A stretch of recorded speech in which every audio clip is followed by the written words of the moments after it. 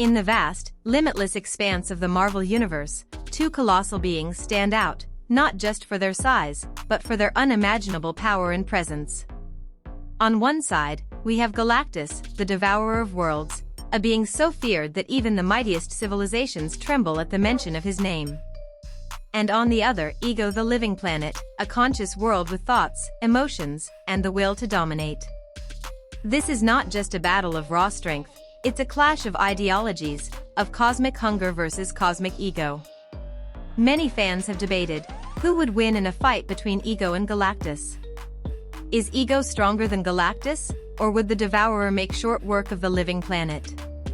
To answer that, we must explore the depths of their origins, dissect their abilities, and relive their legendary confrontation from the comics. So, buckle in as we travel to the farthest corners of space, where gods walk, planets breathe, and power knows no bounds. This is Ego versus Galactus, a battle written in the stars. Origins of power, the birth of cosmic giants. Let's begin at the beginning, because in the Marvel cosmos, the origin of a being often defines its destiny. Galactus, originally known as Galen of Taa, was a mortal being from the universe that existed before the Big Bang. When his universe collapsed during the Great Cosmic Reset, Galen was fused with the sentience of the new universe. From this fusion, Galactus was born, not as a mere mortal, but as a cosmic constant, a force of balance meant to maintain equilibrium in the universe. He doesn't simply exist, he must exist. His hunger for planets is not just a curse, it's part of his function in the cosmic ecosystem. On the other side, we have Ego, who was once a nameless humanoid scientist. After a cosmic accident involving a star and a fragment of the primordial universe, he merged with a planet, transforming into Ego, the Living Planet. He gained consciousness, emotions, intelligence, and eventually godlike powers. Unlike Galactus, Ego's power is driven not by necessity but by desire. He seeks expansion, control, and in some versions, companionship.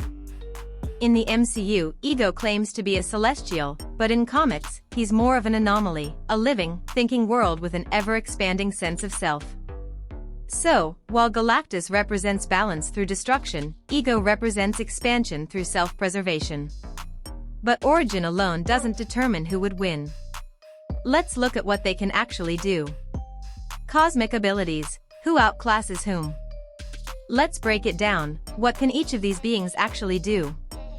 Galactus is fueled by power cosmic, a source of nearly limitless energy that grants him godlike abilities.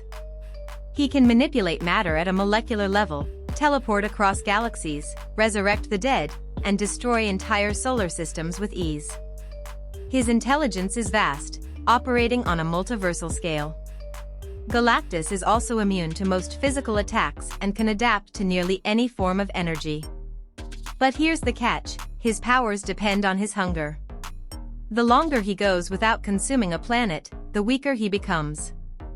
At full strength, however, he is a universal-level threat, capable of battling Celestials, Odin, and even the Phoenix Force.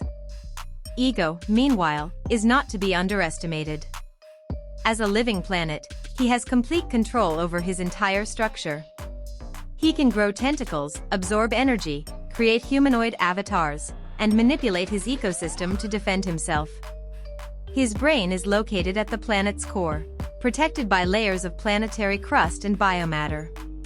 In addition to matter manipulation, Ego possesses immense telepathy, regenerative healing, and energy blasts strong enough to destroy starships. He has fought off entire fleets alone.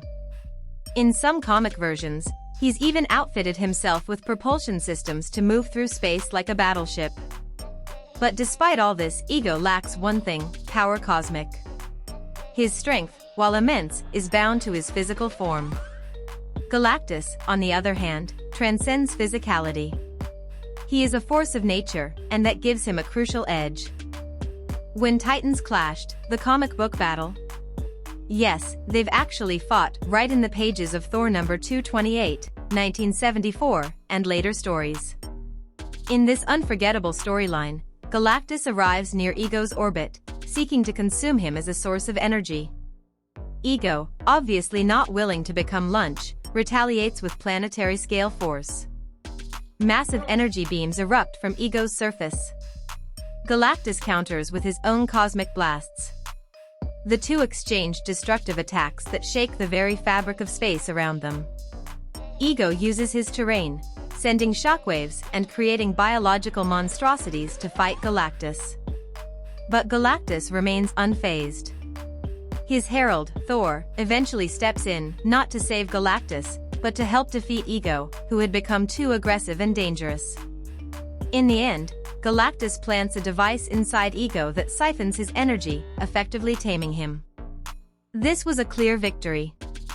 Ego was defeated and humbled. This storyline is important because it doesn't just showcase a fight, it reveals how Marvel views these two characters. Galactus is the superior force, and Ego, while terrifying, is just one piece on the cosmic chessboard. However, it's worth noting that in alternate universes or with certain upgrades, Ego has shown moments of incredible power, even holding off multiple Celestials in some rare stories. But those are exceptions, not the norm. Final verdict: is Ego stronger than Galactus? So, let's answer the ultimate question. Is Ego stronger than Galactus? In simple terms, no. Galactus is a universal constant, a being on par with cosmic entities like Eternity, Infinity, and the Living Tribunal. His power is tied to the fundamental structure of reality.